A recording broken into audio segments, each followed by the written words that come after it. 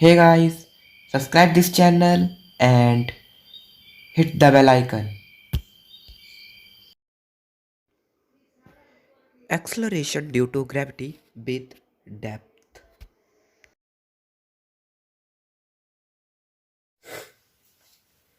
Hey guys, welcome to education with motivation channel. मेरा नाम है आशुतोष और आज हम बात करेंगे acceleration due to gravity with depth की। पिछली वीडियो में हमने देखा विद हाइट, उसमें हमने हाइट की बात की थी। इसमें हम डेप्थ की बात करेंगे, गहराई की बात करेंगे कि अर्थ के अंदर जाने से एक्सेलरेशन ड्यू टू ग्रेविटी पर क्या प्रभाव पड़ेगा। तो इस वीडियो को हम अब शुरू करते हैं।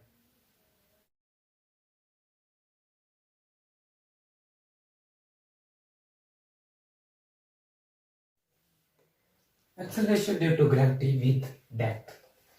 Acceleration due to gravity with depth.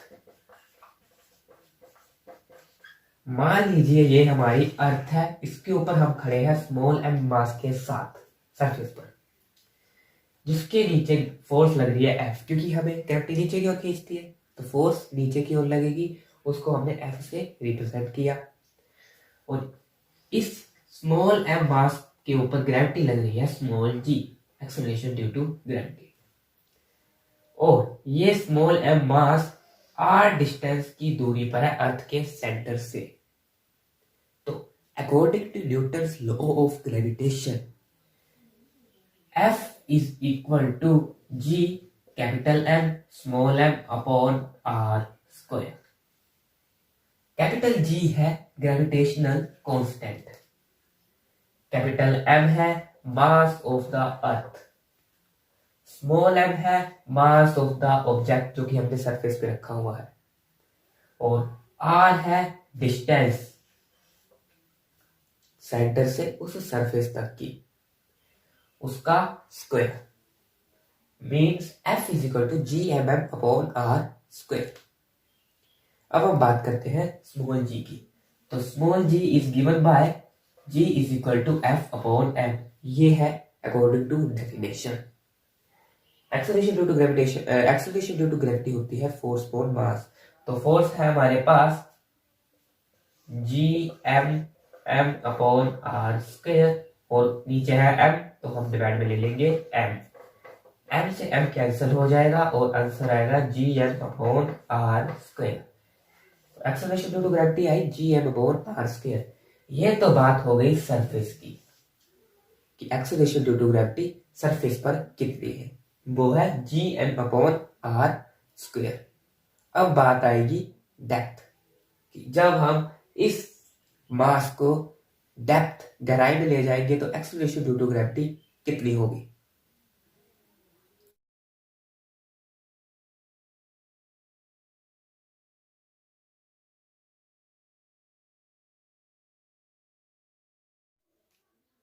अब बात आती है डेप्थ की। तो इन डेप्थ मान लीजिए हमारी अर्थ है, पहले मास था सरफेस पर, अब हम इसको नीचे ले आए डेप्थ में, तो ये मास आ गया नीचे। इस पे भी कोई फोर्स लगेगी, उस फोर्स को हम ले लेते हैं एफ डैश। इस पे भी ग्रेविटी लगेगी तो उसको ग्रेविटी को ले लेते हैं जी डैश। तो और जो जितना नीचे आया उस डिस्टेंस को हम ले लेते हैं स्मॉल डी। डेप्थ गहराई में गया, उस डिस्टेंस को हम लेंगे स्मॉल डी। तो स्मॉल डी ले लिया। तो अब सेंटर से सरफेस की दूरी थी अर्थ की आर, ठीक है। अब उस मास को हम नीचे ले आए तो इसमें कुछ घटेगा, वो कितना घटेगा डी, क्योंकि हमने उस सरफेस से जितना नीचे लेके आए उस डिस्टेंस को हमने डी से मेजर किया है। तो यहाँ पे आएगा r minus d, distance surface center से उस मास तक की, ठीक है। क्यों, पिछली वीडियो में हमने देखा यह है एच डिस्टेंस और यह है सरफेस अर्थ सेंटर से सरफेस तक के डिस्टेंस आर, पिछली वीडियो में हाइट वाली वीडियो में। तो यहाँ पे क्या हो रहा था आर प्लस एच, क्योंकि हमने एच डिस्टेंस को ऐड किया, हमने कुछ पाया, बट इस वीडियो में हमने खोया। क्या इसमें क्या है, आर सेंटर तक की डिस्टेंस है, आर ये मान लीजिए स्मॉल एम, ठीक है, सेंटर से सरफेस तक की डिस्टेंस आर, ठीक है, और एम है स्मॉल एम जो कि सरफेस पे है। इसमें क्या हुआ, जब हम डेप्थ में आए तो नीचे की ओर आए, तो इसमें हमने कुछ खोया, अंदर की ओर आए तो आर माइनस डी हो गया, इसमें आर प्लस एच हुआ था, इसमें आर माइनस डी हुआ। ये कोई कॉमन सेंस की बात है कि ये कैसे आया। तो अब according to Newton's law of gravitation F is equal to ji capital M small m upon r square, यही होता है। बट यहाँ पे F नहीं है, यहाँ पे कोई और फोर्स होगी, क्योंकि हम अब सरफेस पे नहीं है, अब हम है नीचे गहराई में, तो यहाँ पे फोर्स है F डैश। अब यहाँ पे डिस्टेंस r नहीं है, यहाँ पे डिस्टेंस है r माइनस डी, तो यहाँ पे डिस्टेंस भी होगी r माइनस डी, और according to Newton law of gravitation उसका स्क्वायर, तो यहाँ पे आएगा उसका स्क्वायर r माइनस डी का स्क्वायर, ठीक है। और ये तो हो गया g M M upon are minus D का होल स्क्वायर, ठीक है। अब जो ये कैपिटल एम मास है, ये अब कैपिटल एम मास पूरी पृथ्वी का था, बट अब हम नीचे आ गए, तो न्यूटन शेल्स थ्योरम के अनुसार न्यूटन ने प्रूफ किया है कि अगर कोई मास किसी मैसिव बॉडी के अंदर चला जाए जैसे कि अर्थ, तो उसका जो जितना मास होगा, उसका जितना मास अट्रैक्ट करेगा वो उसी शेल के अंदर होगा। मतलब जो ये हमने नीचे मास लेकर आए हैं, यहाँ से आप शेल बना लीजिए, आपने शेल बना लिया, तो अब इस जो हम नीचे लेकर आए हैं मास, इसका जो सारा मास होगा अर्थ का, वो इसी शेल के अंदर होगा जो इस मास को अट्रैक्ट करेगा। मतलब जितना मास अट्रैक्ट करेगा वो शेल के अंदर ही होगा अब, क्योंकि हम नीचे लेके आ गए, तो ये यही मास अट्रैक्ट करेगा, ना कि बाहर वाला मास से अब कोई लेना देना नहीं है हमको। क्यों, मान लीजिए ये कमरा है, तो जब हम कमरे की छत पर होते हैं तो हमें पूरे कमरे से लेना देना होता है, क्योंकि हम उसकी छत पर है। बट अब जब हम कमरे के अंदर आगे, जमीन पर आगे कमरे के अंदर, तो हमें कमरे के अंदर से लेना देना होता है, ना कि छत से हमें कोई लेना देना नहीं। अब हमें कमरे में जो फर्श डाला है किसी ने, उससे ही लेना देना है, क्योंकि हम उस पर खड़े हैं, ना कि छत पर। अब मुझे वो छत से लेना देना नहीं है, क्योंकि मेरा कोई छत पे ना भार है ना कुछ है, मुझे सिर्फ इस फर्श से लेना देना है। ये सिर्फ मैंने आपको जस्ट समझाने के लिए कहा। अर्थ के केस में according to Newton shells theorem, Newton ने प्रूव किया कि अगर कोई मैसिव ऑब्जेक्ट के अंदर चला जाता है मास, तो फिर जैसे कि अर्थ है, तो उसका जितना मास अट्रैक्ट करेगा वो उसी शेल के अंदर होगा, जो कि मैंने माना हुआ है। उस डेप्थ में जो मास आया उसके नीचे शेल बना दीजिए, और जो उस शेल के अंदर मास होगा वही उस मास को अट्रैक्ट करेगा, उसके ऊपर उससे कोई लेना देना नहीं है। समझ में आ गई बात। तो यहाँ पे अब एम नहीं है, एम डैश होगा, न्यूटन ने प्रूव किया है शेल्स थ्योरम में, तो यहाँ पे एम डैश होगा। तो अब फिर से according to gravity acceleration due to gravity, g is equal to F upon m, but यहाँ पे ना जी है ना एफ है, यहाँ पे ग्रेविटी कुछ और होगी, क्योंकि हम मास को नीचे लेकर आ गए डेप्थ में, तो यहाँ पे ग्रेविटी क्या होगी, इस पे अलग ग्रेविटी लगेगी, क्योंकि हमने जी डैश मानी है। बट अब यहाँ पे फोर्स भी अलग होगी, क्या फोर्स है, एफ डैश। तो अब हम पुट करते हैं वैल्यू, तो आंसर आएगा जी M dash small M upon are minus D का होल स्क्वायर अपॉन एम। तो एम से एम कैंसिल हो जाएगा, और हमारा आंसर आएगा G dash is equal to ji capital M dash upon are minus D का होल स्क्वायर। ये तो आ गई डेप्थ की, सरफेस की हमने पहले निकाली थी, तो वो थी G is equal to G M upon are square. अब हम इन दोनों को रिलेट करेंगे, काफी कम आपको दिख रहा होगा, काफी कम टर्म्स कैंसिल हो रही है, तो हम कुछ ऐसा करेंगे कि हमारा आंसर आसानी से निकल आए। तो अब हम इस अर्थ की डेंसिटी को बताएंगे। अर्थ की डेंसिटी रो क्या है यहाँ पर, सेम कांस्टेंट।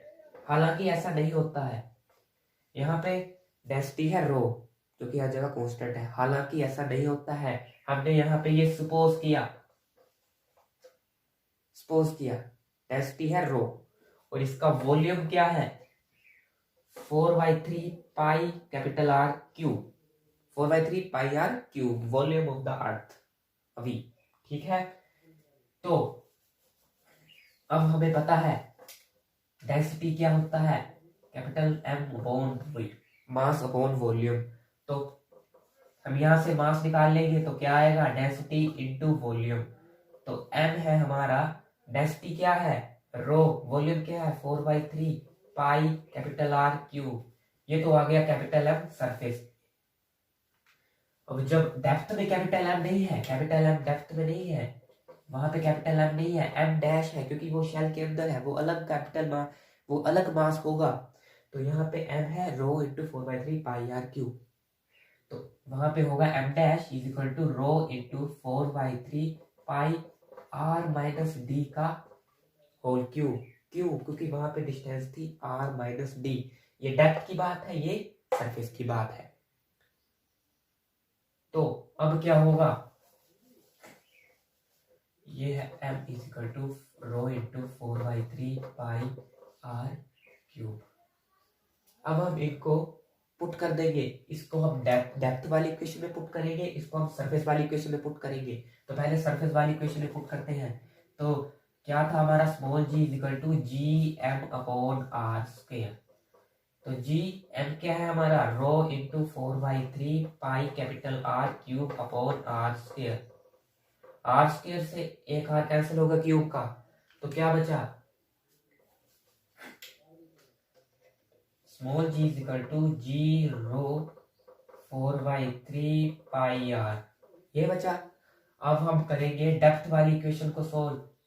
तो डेप्थ वाली इक्वेशन में क्या होगा, G dash is equal to G M upon are minus D का स्क्वायर। यही थी डेप्थ वाली इक्वेशन, यहाँ पे एम डैश था। तो एम डैश क्या है अब हमारे पास, एम डैश है G dash is equal to G, M dash था हमारे पास 4/3 rho pi are minus D का cube upon are minus D का स्क्वायर, यही था आर माइनस डी का स्क्वायर। तो अब क्या होगा, आर माइनस डी का स्क्वायर, तो स्क्वायर से एक क्यूब का एक आर माइनस डी कैंसिल हो जाएगा, जो कि सिंपल कैलकुलेशन है। तो हमारा आंसर आएगा अब G dash is equal to G 4/3 rho pi are minus D, एक ही बचेगा। अब क्या होगा, जी डैश से हम जी को डिवाइड करेंगे, जी डैश से हम जी को डिवाइड करेंगे।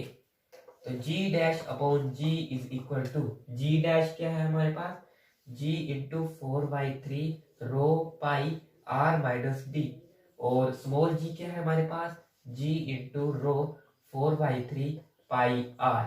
अब यहाँ से मैक्सिमम टर्म कैंसिल हो जाएंगी, जी से जी कैंसिल, 4/3 से 4/3 कैंसिल, रो से रो कैंसिल, पाई से पाई कैंसिल।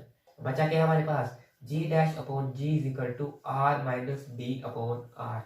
इसको थोड़ा और सिंप्लीफाई करते हैं, G dash upon G is equal to 1 minus D upon R, ये आ गया। G upon G dash, G dash upon G is equal to 1 minus D upon R. अब यहाँ पे G dash is equal to, G को वहां पे लेके गए तो जी into 1 minus D upon R, अंदर मल्टीप्लाई किया तो G minus D upon R into G. अब क्या होगा, जी को हम यहाँ लेके जाएंगे, जी डैश को हम यहाँ लेके जाएंगे और डी डी अपॉन आर को हम यहाँ लेके जाएंगे। तो क्या आएगा, G minus G dash is equal to D upon R into G. ये है हमारा एक्सप्रेशन। वैसे तो एक्सप्रेशन ये भी हो सकता है, बट ये है हमारा expression, G minus G dash is directly proportional to D. तो यहाँ पे क्या हो रहा है, change in acceleration due to gravity इनफैक्टली प्रोपोर्शनल टू डी। डी क्या है हमारे पास, वो डेप्थ जो कि डी है। अब यहाँ पे क्या होगा, एक्सेलरेशन ड्यू टू ग्रेविटी कम होगी, बढ़ेगी, घटेगी। एक्सेलरेशन ड्यू टू ग्रेविटी सबसे ज्यादा होती है पोल्स पर, उससे कम होती है सरफेस पर। बस अगर आप बड़ी हाइट पे चले जाएंगे तब भी घटेगी, बहुत डेप्थ में चले जाएंगे तब भी घटेगी। तो अब हम फिर से लिख देते हैं, आपको याद करनी पड़ेगी ये टर्म्स, तभी आप इस एक्सप्रेशन को कर पाओगे। स्मॉल जी की वैल्यू होती है एफ अपॉन एम। एफ हमने लिया था G capital M small M upon are square upon M, तो हमारा जी आया था G M upon are square, ये थी सरफेस का। और डेप्थ में था G dash G M dash upon are minus D का होल स्क्वायर, ये था डेप्थ में। एम डैश अलग होगा और कैपिटल एम अलग होगा। कैपिटल एम होगा होल अर्थ का मास, स्मॉल एम होगा उसी शेल का मास जो कि हमने माना है, जो कि शेल्स थ्योरम से प्रूव किया गया था न्यूटन द्वारा। तो अगर आपको मेरी वीडियो समझ आई हो तो कमेंट, लाइक और शेयर जरूर करिएगा, और इस वीडियो को जरा ध्यान से देखिएगा, आपको काफ़ी आसानी होगी। और जो चीज़ आपको समझ ना आए वो कमेंट सेक्शन में मुझे बताइए, मैं आपको समझाऊंगा। और कृपया घर में रहिए, अपना ख्याल रखिए, स्टे सेफ, स्टे होम, जय हिंद।